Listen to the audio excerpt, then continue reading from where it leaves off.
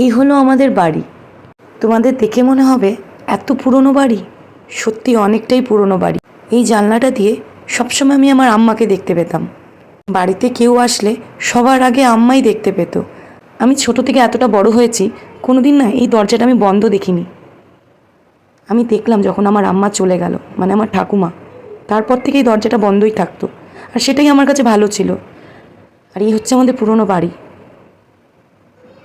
পুরনো হলেও স্মৃতিগুলো না কখনো পুরনো হবে না।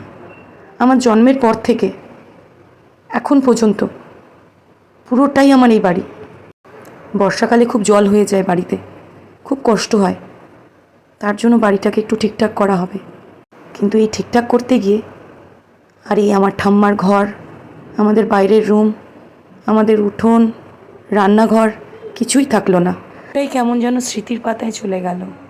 এই বাড়ি থেকে প্রথম আমার দাদু চলে গেল, তারপর আমার ভালো কাকু, মানে আমার সেজু কাকু, তারপর চলে গেল আমার বাবা, তারপর আমার ঠাম্মা। আর আম্মা চলে যাওয়ার পরে এই বাড়িটা আর বাড়িই থাকলো না। এখন আমরা নতুন বাড়িটাতেই আছি। এই ঘরটাকে কোনোদিনও ফাঁকা হতে দেখিনি। এখনকার দিনে সবাই আলাদা খেতে, আলাদা থাকতেই পছন্দ করে, কিন্তু আমাদের এই বাড়িতে খাওয়া দাওয়াও কিন্তু একসাথে ছিল, হাঁড়িও আলাদা ছিল না। আজকের দিনে সবই আলাদা হয়ে গেল। যখনই ভিডিওটা এডিট করতে বসি তখনই ভাবি আমি কি বলবো, এতটা ইমোশনাল হয়ে পড়ি আমি। তাও যখন এই ভিডিওগুলো আমার চোখের সামনে আসছে, পুরনো ঘরগুলো দেখতে তো পারছি, এখন তো সেটাও দেখতে পারি না। আমার ছোট থেকে বড় হয়ে ওঠা সবটাই এই বাড়ি, কিন্তু এই বাড়ির স্মৃতিগুলো কখনোই মুছে যাবে না।